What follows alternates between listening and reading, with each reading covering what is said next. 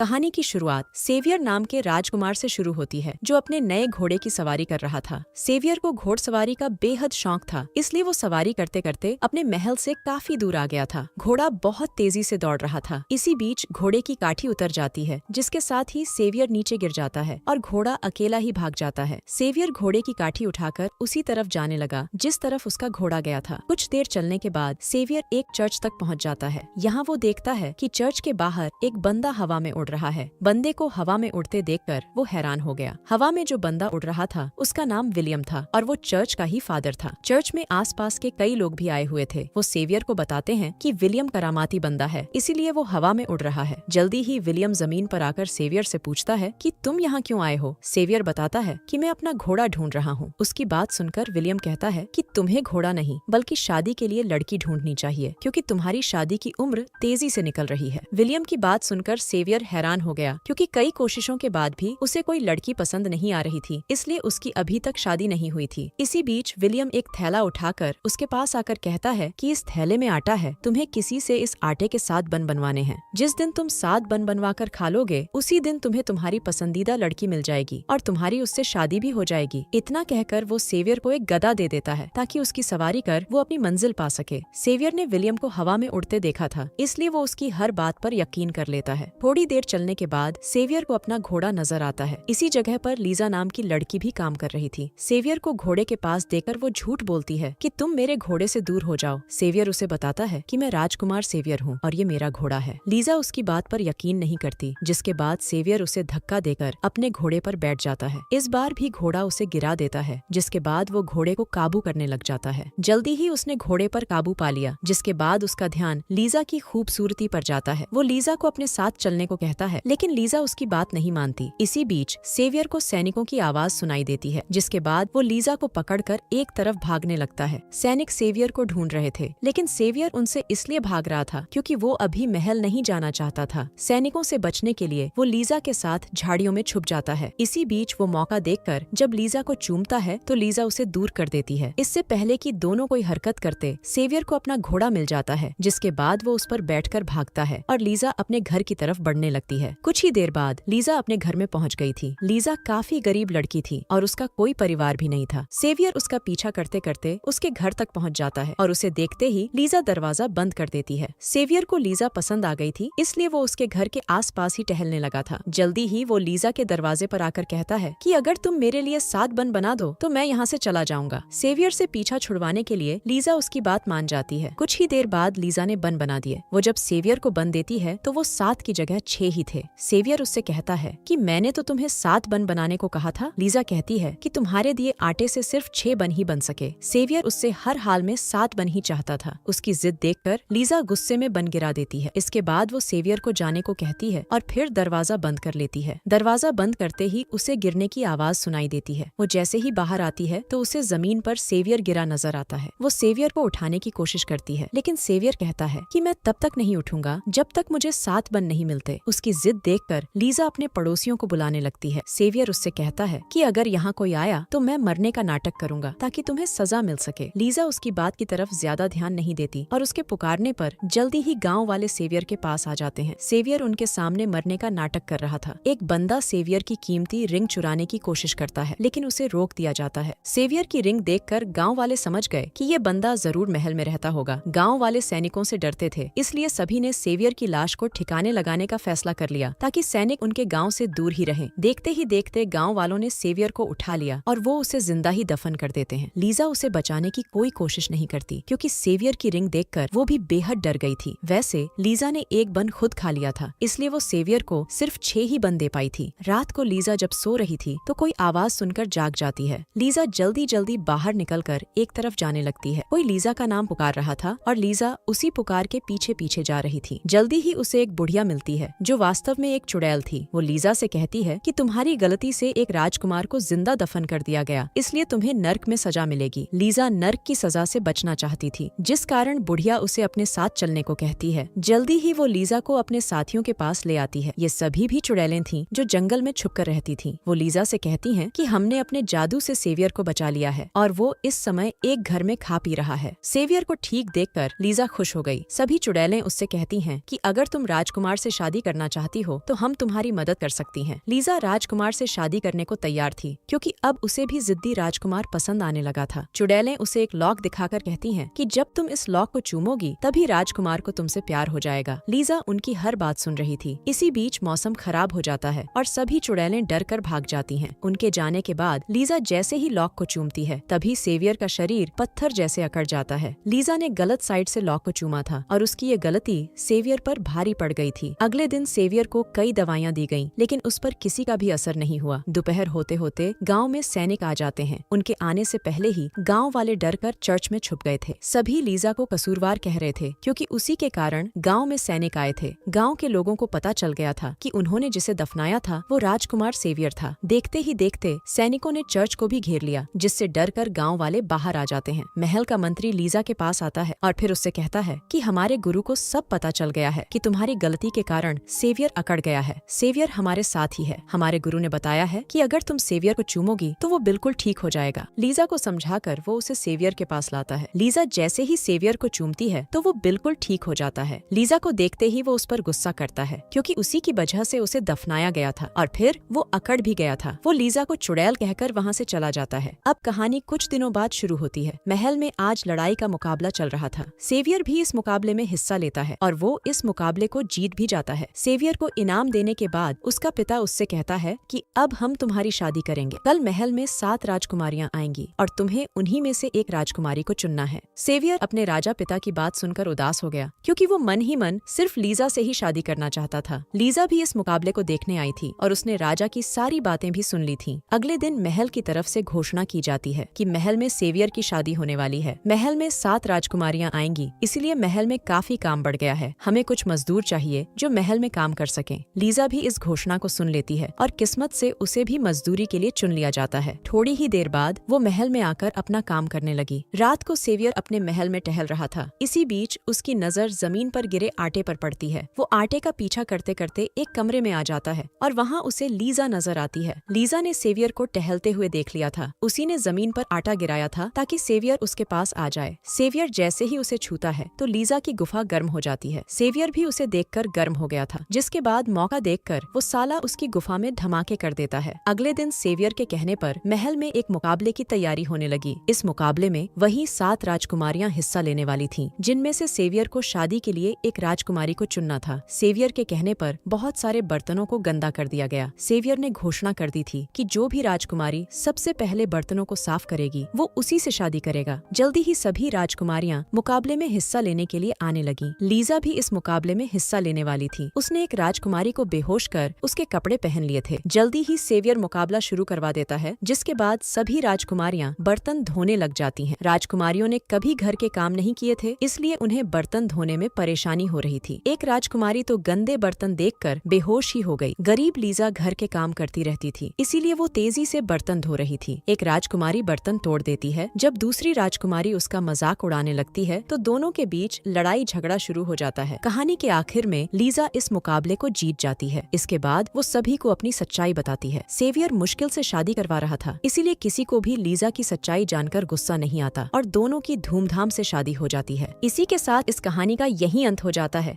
हमारी वीडियो देखने के लिए बहुत बहुत धन्यवाद।